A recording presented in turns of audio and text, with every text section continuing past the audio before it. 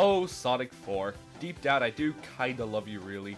You prove to practically every single Sonic fanboy that making a 2D Sonic game doesn't necessarily make it better than, say, Sonic Adventure.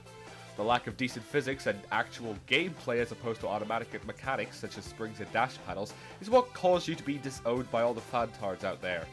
Well, there are other reasons, but that's a review for another day. And now the continuation to Sonic 4, something I am genuinely mixed with.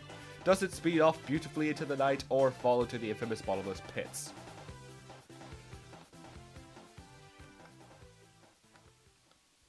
The first thing to notice is that the controls have not changed much from the original. IGN said that the physics have finally been fixed. Get to fuck.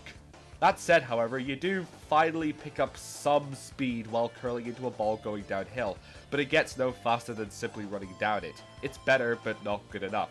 The other thing to note is that the homing attack has returned from episode 1. Sega, this is not a good idea. Let's look back here. In the original Mega Drive classics, when you dropped from high up and in a ball, when you landed on an enemy, you propelled forward at ridiculous speeds due to the momentum you were gaining. The homing attack stops Sonic from doing that and puts him on a set speed.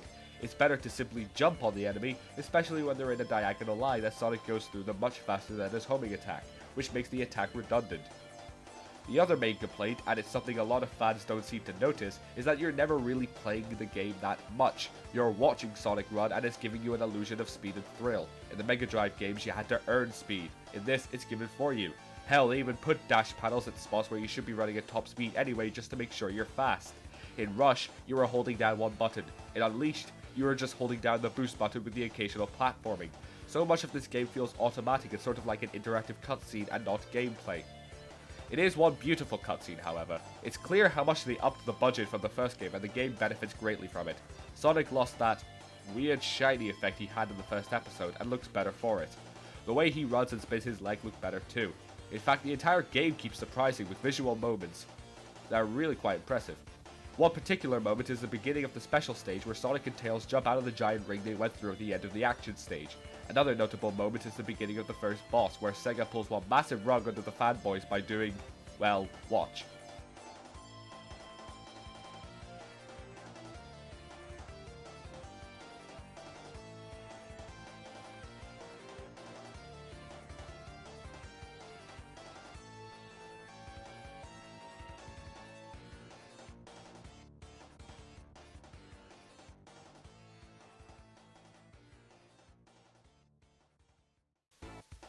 There's also the visual treat of seeing Sonic CD's Little Planet during Metal Sonic's first fight.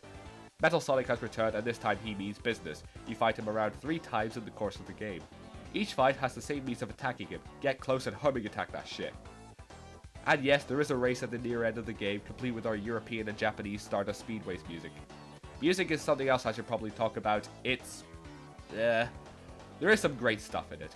Personal favourites are White Park Act 2 with its short Twinkle Park reference, the first Metal Sonic fight, Sky Fortress Act 2, and Death Egg Mark 2. The rest is pretty forgettable stuff. One thing I do love is the beginning of Episode Metal.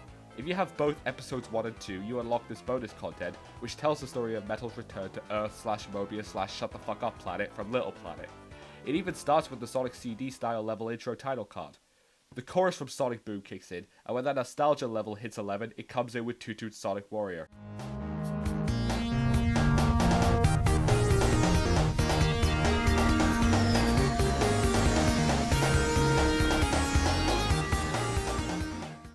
Mag-fucking-nificent. That alone is worth the price of the game to me. Speaking of gameplay, there is one significant change, and that's the inclusion or return of Tails.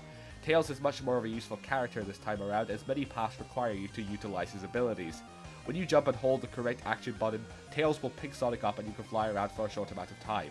When you're on the ground and press the button, Sonic and Tails will combine and do a double roll to annihilate Badniks. It's pretty fun, though the flying mechanics feel a bit off and not as fluid as they would in Sonic 3. Level design is also something that doesn't feel, well, right, probably because it's too linear. What was great about Sonic 3 and even CD is that there were so many paths that you could travel to reach the end of the level by carefully platforming across the obstacles. You needed skill to complete the game. With this game, it just feels like you only need to jump while running at the right time to complete the level. At times, anyway. It is better than Episode 1 or even Rush and Unleashed. So, would I recommend it? I'd wait until it drops in price first. Thanks for watching, see you next time.